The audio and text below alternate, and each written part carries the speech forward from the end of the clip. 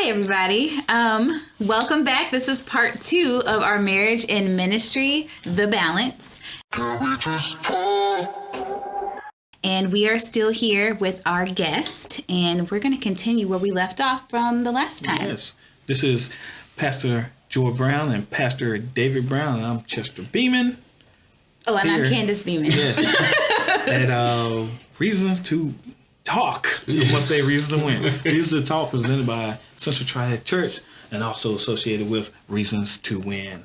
Yes. So, we left off with 1 Timothy 5:8, right?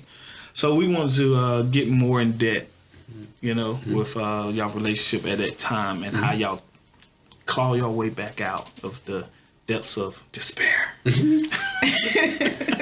okay. You need to say that, producer? You good? Okay, just good. Sure. We're all good. We're all just good. Making sure. Yep. I think for me, it was just coming to the realization of learning, of taking the time to learn what was needed, and taking time to listen. And we ended up going to a point. It was a pretty dark point before that. I guess that point come to fruition. I mean, we were still going through ministry. I mean, we were still doing coming to church. We would smile. Everything was wonderful. And still doing tons of things ministerially, doing revivals or preaching at student conferences or doing things at home, so on and so forth. We just kept drawing, further. How long is what time frame are we talking about right now? Kids, pre-kids, or kids? Now? This would be with the kids, I guess, more. So honestly, it was when we come. The dark place was probably going into 9 years ago, so it's not that long ago. So basically, we didn't have kids till 9th year, 10th year, 9th year and 13th year. So when we had kids, we weren't we weren't supposed to have kids. The doctor said there was a very slim chance to have kids, and at the time we had like 110 youth. So we were like, okay, we're good. We have 110 youth. we got a lot of kids around us. So then when we got pregnant, we had been married 9 years, going into 10th year or something. But anyway, and Matthew came along, so you threw in with me full-time job, baby, full-time Surprise ministry. Baby. Surprise baby, because it was like, whoa, I thought we weren't supposed to have kids. Which was, it was great, and you'd throw that in the routines and the stuff that even made it even more difficult. And he was gone even more, because at that time then he was definitely full-time ministry and all the other titles and hats he wore. And so then 4 years later, here comes the next surprise. Surprise! I was going to have broke. one. Yeah, he fixed that. But then you put 2 babies in the mix, and so that it made it difficult. But then it got to we were in married 22 years, and I was like, I was tired. I was done. It was too much, and it just kept. To me, the way I saw it in the marriage was it was spiraling out, and I couldn't take it anymore. It's like, okay, I'm done. I can't do this. Well, what was the thing that spiraling out? Like, was it y'all communication, or it just wasn't? You didn't see him, or all that. It was. You know how when everything, you don't Pastor Dave. I mean, when you don't deal with issues and you keep packing them down, eventually that's going to explode. And it got to the explosion point. Lesson number 2. Zoom in on me. Do not hold things in. It's not. You communicate. You let things out in a good way, in a positive way. Have conversations instead of arguments. Yeah. All right? Thank you. And that led to, honestly, we did try. I mean, I know you always one side and you always say, well, I tried to communicate that. You didn't listen. But the point was we really definitely needed counseling, because the way we communicated, it was an offense. Like everything I'd say is like, well, I'm not doing enough. I'm not doing it right. And that's the way he heard it. And it was like, no, that's not what I'm saying. I'm trying to tell you my heart. And then it wound up, then neither one of us was listening, so you stop talking. And so when you stop talking, you stop communicating. And then all that just presses down. And then eventually it's like, okay, I'm done. And that communication You're not listening. stopped. I'm not. Yeah. So. And plus you're dealing with, this goes back to the beginning. I mean, what she said earlier, you're dealing with self-esteem issues.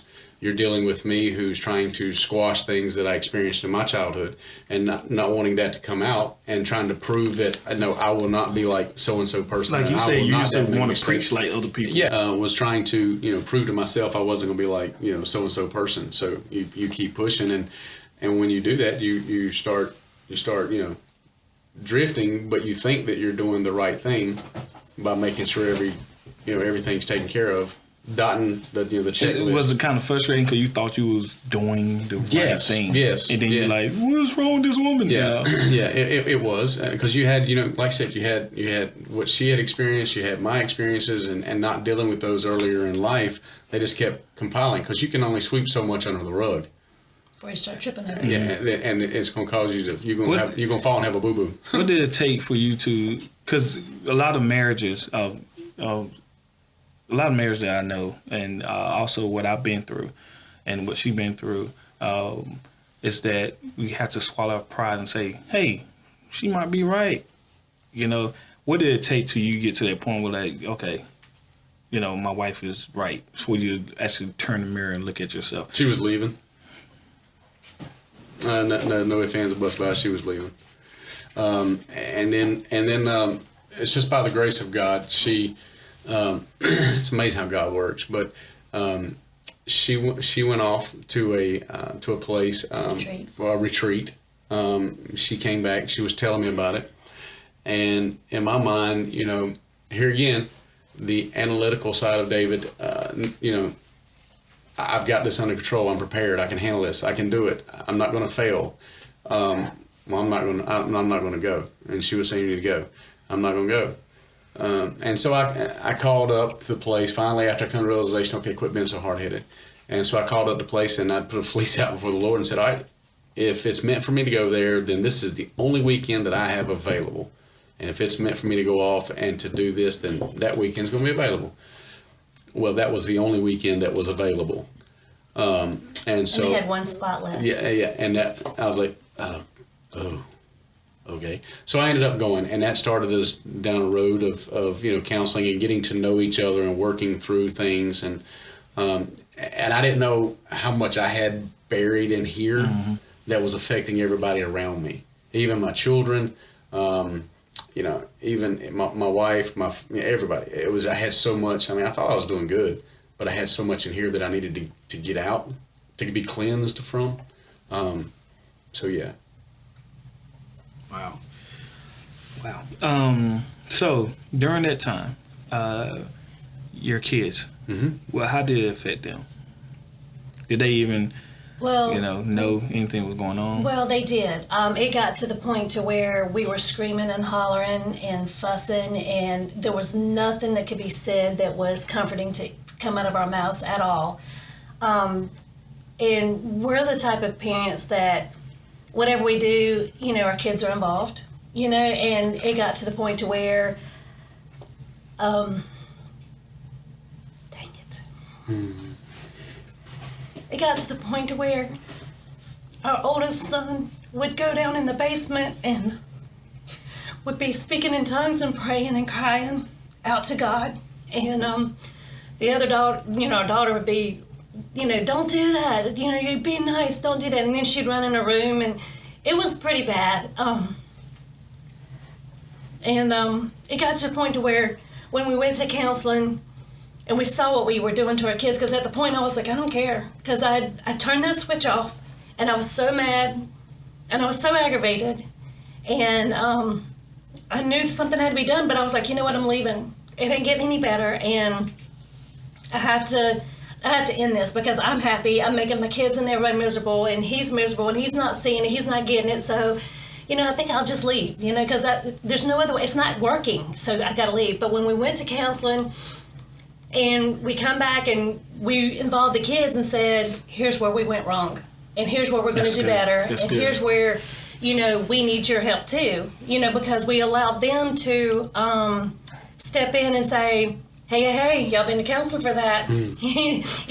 Just get back in line, and that helped us and helped them because we involved them, and it was a healing for them as well. It kept everybody's been accountability partners. The whole family ended up being accountable to each other to work through the process. And it's a constant ongoing thing. Even to the day, it's like, y'all need to go back to counseling.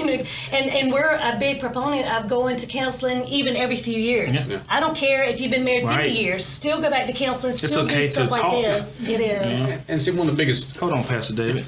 Another lesson. It's okay to hold your partner accountable. But the main thing is to be allowed to be held accountable. Yeah. All right? Don't treat each other like kids or anything like that, but hold each other accountable. And you have a family, do that. I think me and Candace do that with the kids. If I mess up or she mess up, we'll bring the kids in the room and say, hey, messed up right here. Sorry. I think Thursday I apologized to my daughter. It's okay to apologize to your kids. I know back in the old school days that when we parents don't really say sorry that they mess up. They're like, my dad, he knew he was probably too hard on us. He'll come in the room like, you want to go get some ice cream? That was his sorry. That was his sorry. And we kind of knew what it was, but it was It's nice never. to hear the words, like, I'm sorry, I apologize. messed up. Right. Yeah. Right. So then your kids won't think that I have to be perfect. Yeah, no, and and my that's parents, you know what, that's one thing that we tease about, but we're actually serious about is we're real. And there's some serious talks that goes on in our house because Wisdom. Wisdom. If they don't know and they just see it as everything's perfect, everything's fine. My parents never argued. It's like, my kids are like, no, are you kidding? You don't want them two to get in an argument. Because, but now it's like we don't argue. We lay things out on the table. We talk about them. When we're, like you said, when you're wrong with your kids, you go back to them and say, hey, you know what? I've never raised a 19-year-old before. I never raised a 15-year-old before. Right. I'm new to this, Right. so yeah, I screwed up. And, Kids, that's the truth be right there. patient with me. We don't have no manual. No. Yeah, exactly. And then all y'all different. Yep. So I can't go to Pastor and say, what'd you do with your daughter? And you're different every day. I mean, one of the Take it biggest- easy on us. exactly. One of the biggest misconceptions, if you will, I think, is that we Christians we like to hide things, and we like to just go to the altar and pray about it. It's going to be all right. It's going to be all right. Put a little Band-Aid on it. Yeah, prayer's great. Don't get me wrong. Prayer's that's that's what it. we're Gotta about. have it. You got to have that relationship, but you also got to. There's an action there you have to be with. willing to do, and just because. We want to hide things. We don't want nobody to see that we're not perfect. We don't want to lean on anybody and let them help us and encourage us and share some words of wisdom with us and have those mentors, like I said, to help direct our steps, because then it makes us look weak. Right. Yeah. And it makes us look like we failed. Right. And so we don't want anybody. We want everybody to think our marriage is perfect, our kids are perfect, we have the best job, and everything is just wonderful. Well, that's not the facts. No. And a lot of times people, if they would just own that and say, the truth is, no, we're not right. If I would have been willing, and I'll speak for me, and we both had our share of the situation, but I'm going to speak for me. If I would have just been willing to say, you know what, I need some help. Man, I don't know how to deal with this. Instead of me manning up and doing it the way I thought I was supposed to handle it, if I just went and got somebody to help me, I could have saved a lot of heartache on my side and heartache that I imposed upon my wife. If I would have just And been the able to kids, own that. yeah. Yeah, and the kids and everybody see- else. This reminds me of I'm a big zombie fan, all right? Just hear me out, okay? I like zombie movies. I'm tell you why. Not because of zombies, Right. All right? Even though zombies can... Well, anyway, not because of zombies. It's because of the people, Right. the characters in it. It's so many different characters in it. And the one that sticks out to me when you was talking, there's many more characters, but we're going to talk about this character. The character that hide that they got bit. Mm. And then they know that it's going to get affected, Yeah, and yeah. now he's risking the lives of everybody else. It kind of reminds me of that. Like, if I know that I'm wounded, Yeah. Mm-hmm. and sometimes we think time heals all wounds. No, it causes affections Right, and everything. right. Instead of saying, hey, I'm hurting. Hey, I'm wounded here. Hey, I don't just need a Band-Aid. You know, that's as Christians we think, oh, just like you said, go pray. Yeah. And it'll be all right, you know. But if we just show our symptoms sometimes, you know, we like to hide our symptoms. Confess to one another. Why not confess to your spouse? Yep. You know. Exactly. Can I want to interact in that because even when you show your wound, when you show that you're hurting, you show you have a cut that's getting bigger and getting infected, be compassionate. Don't just say, you put a Band-Aid on that, get over yourself. Right. You know, because that's what we do as Christians. Oh, we'll just go pray about that. You wouldn't believe the amount of time that I prayed and I was on my face and I was crying out to God. And it's like, but you were leaving. You didn't obviously go to God about that because God would have said, you don't need to leave. And I'm like, no, I went to God about that. And I was still on my face and I saw no change. And I thought, you know, it's not that God's not listening. It's like, okay, well, obviously God's talking and one of us is not listening. And well, if you didn't choose to leave, it wouldn't click in his mind too. I knew it was going to take something harsh, but it was like, I wasn't doing it to damage him. I was doing it as in, I knew I needed help. I went from my help because I knew that I was bleeding. When you're cut and you try to hide it and the bandage is bleeding out, that's going to get on your clothes. It's going to get on other people. And I knew that I was infected and I was getting on him and he was infected and he was getting on, so it's just one of those trickling things, but you're in ministry. Yeah. You can't do that. You don't have issues, right? Sparkly clean, so fresh and so clean. And you guys look like such a wonderful couple. Yeah. You guys are amazing. You'll break my heart if something happened. It's something and the souls that you guys have touched, surely y'all don't have problems. And then it was like, so you start hiding things. You continue to hide. And why do you hide? Just like the zombie thing, right? Yeah. You don't want anybody to see scared the how somebody gonna react. Yeah. And you're exactly right. And a lot of times, I'll speak for me again. For me to acknowledge that, okay, Dave needs help. Dave, you need some help. And it was a moment of defeat, and then to let people know that. Now we use it now. Now that we've gone and we're being healed every day, I think healing is a continual process. It's not just it just keeps going. And now that we're walking that out, we're closer now than we've ever been. I feel, and we're still getting closer. And we do ministry better together now, and we're still learning to do it even better together as we go through time. But if it hadn't have been for that moment where I finally realized, okay, I need some help. And don't worry about what everybody's going to say. This ain't about everybody else right now. Yeah. I'm losing everything. I have if I don't do something, what's the next? What do I do next? And I had to come to that realization. And so once you get to the place, desperate people do desperate things. You've got to get to the point where you're so desperate that who cares what anybody says, what it makes me look like. Get over myself. Get over my pride. And let's go figure out how to make this work. And until people get to that point, they never walk out. And whatever that is in life, until you get desperate enough, you'll never take the measures that a desperate person will take to accomplish what all God has in store for you. And when I look what we've came through, now it's a testimony. And we share with everybody that we do premarital counseling with. We share us. Yeah. We tell them where we've been. We also tell them the Bible and all the other stuff, but we also share with them some things to try to help prevent as many U-turns as possible in their lives that we had to make. And so, now we use it. Look at God's grace and His mercy and His love and compassion, because He could have threw us both out the window, but He didn't. And now look at how we've grown. And people want to see real. They're tired of plastic. They're tired of fake. And it's like, well, y'all don't have those problems. The ministry doesn't have those problems. And until we started speaking about it, they're like, y'all too? Because most of the people in the world, that's where the church hurt comes from, because they're like, oh, well, they don't have these issues. Who am I going to go to? And then when they go to, it's like, oh, just pray about it. And like, you can't connect to me. And it's like, no. This is why we're real with our kids and we're real with people around us.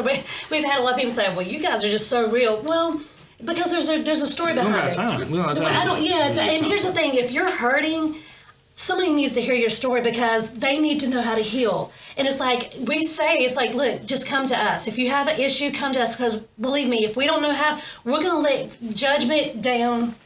Come to us. Let's talk about it, because you got to have a place to heal. You got to have a place to talk about it, because there's real life issues, and yeah, that wound is real, and it's not like you put a Band-Aid on and it goes away. You still touch it, even though it looks healed. You still touch it, it's sore. You still have to do the therapy, the Especially physical somebody therapy come on rip it. it off. Yeah, exactly. And that happens all the time, and people keep putting that Band-Aid on it, until you get a bandage on it, and it keeps getting bigger. It's like, hey, you haven't dealt with that wound yet, I do want to say this to anybody who's watching, and that is that I don't want you to forget that God loves you.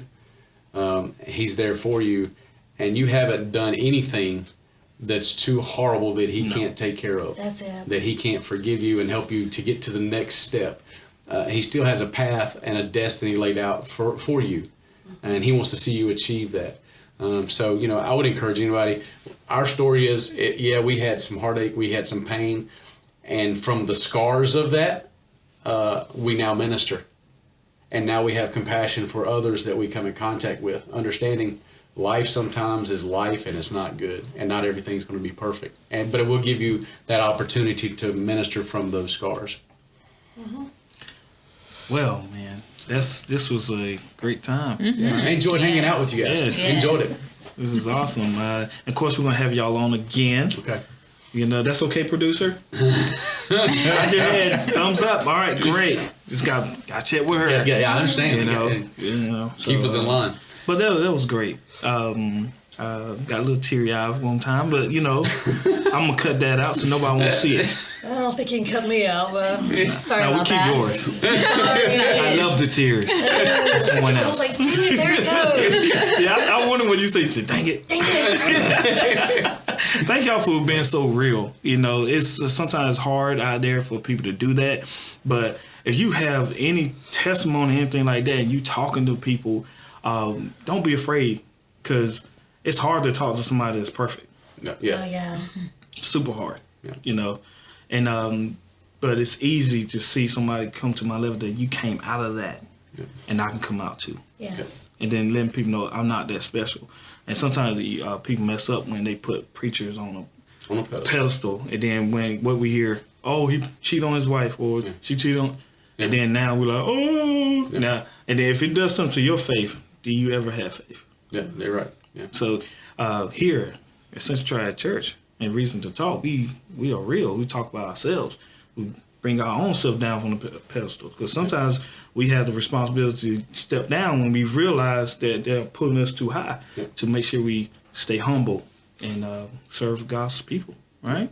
Yeah. Anybody else have anything to say? I enjoyed it, man. Thank you for the opportunity. Yes. Thank you. We'll have y'all on again. Thank y'all once again. Pastor David, Pastor George Brown, up in the business. See y'all later, man. Y'all take care. Can we just talk?